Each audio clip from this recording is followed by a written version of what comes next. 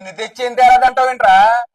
ఓడి అమ్మ గణేష్ గారు చూసావురా, వాళ్ళ బావకి 200 వంటకాలు పెట్టాడంట, స్వీట్లు హాట్లు.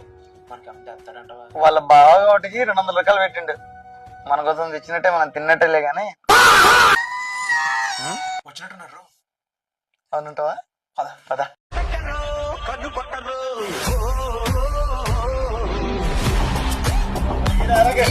అరే గణేష్, భలే పెట్టారా మీ బావకి 200 వెరైటీలా? తెలుసు కదన్నా మా గోదావరి గురించి.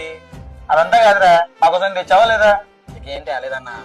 నాటుకోడి పచ్చడన్నా, ఏమో అప్పడాలన్నా, ఏదో తేడాగా ఉందేంటి? పాకుండ్లన్నా, ఇది పచ్చడన్నా, దోసకాయ ఆవకాయ అన్నా.